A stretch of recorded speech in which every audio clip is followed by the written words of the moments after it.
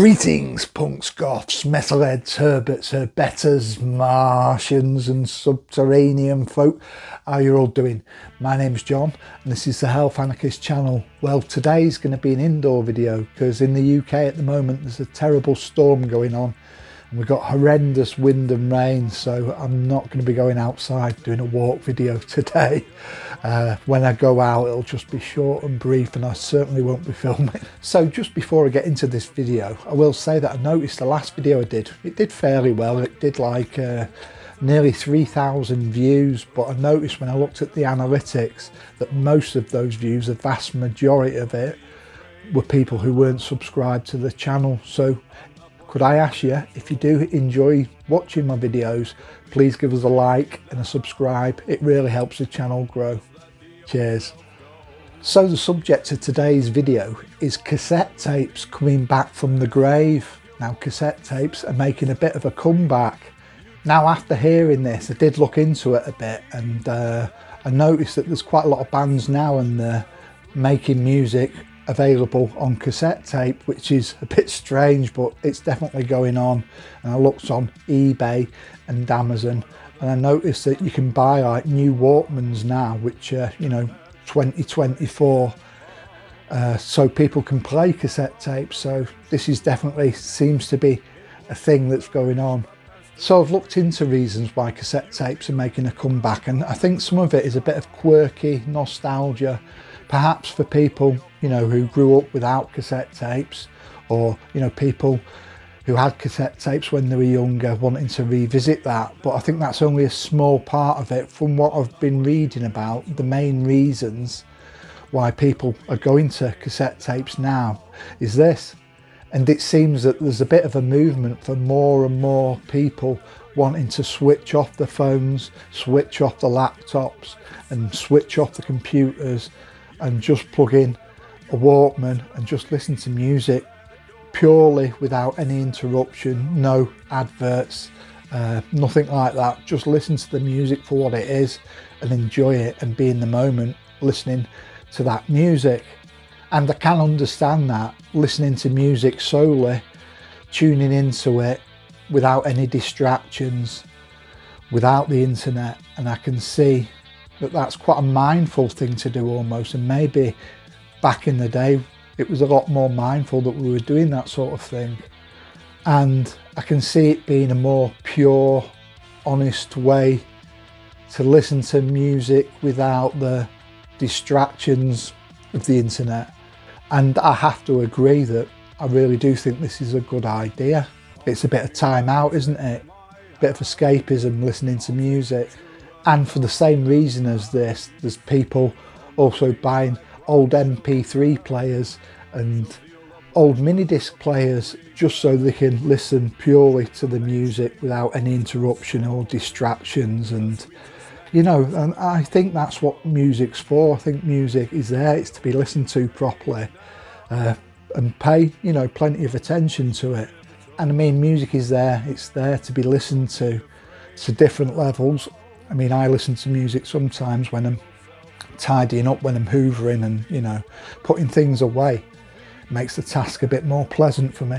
But I also like listening to music most of the time on a deeper level when I'm paying as much attention to it as I can and soaking it all in. I mean, at the end of the day, music is an art form. People have created that art form in music and, you know, it's nice to enjoy it as it is. So I did find it a bit strange at first that people were going back and listening to cassette tapes now, but it also reminded me of how important it was back in the day, in the 80s and the 90s. I mean, cassette tapes were really important, especially within alternative subcultures. And cassette tapes, they were like currency of a kind, because you'd swap tapes and swap music with other people, you know, and they'd swap stuff back with you, hopefully. And it kept scenes going. It was like the life's blood in a way. And today, with all the distractions of the internet, it's very easy to forget how important things like cassette tapes were.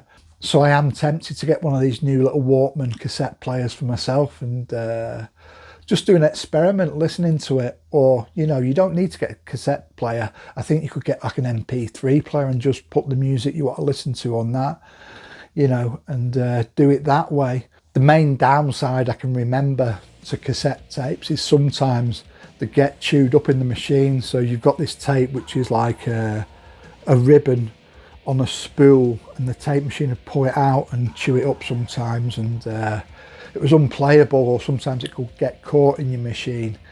And if you're lucky, you could get it out and then you could put your finger in the hole in the middle, or a pencil, and you could wind it back round and try and straighten it out, and if you were very lucky it'd work. I think a lot of the time it was probably because the cassette heads needed cleaning, so if I get a new cassette player in the future, I'm going to make sure I regularly clean the heads on it.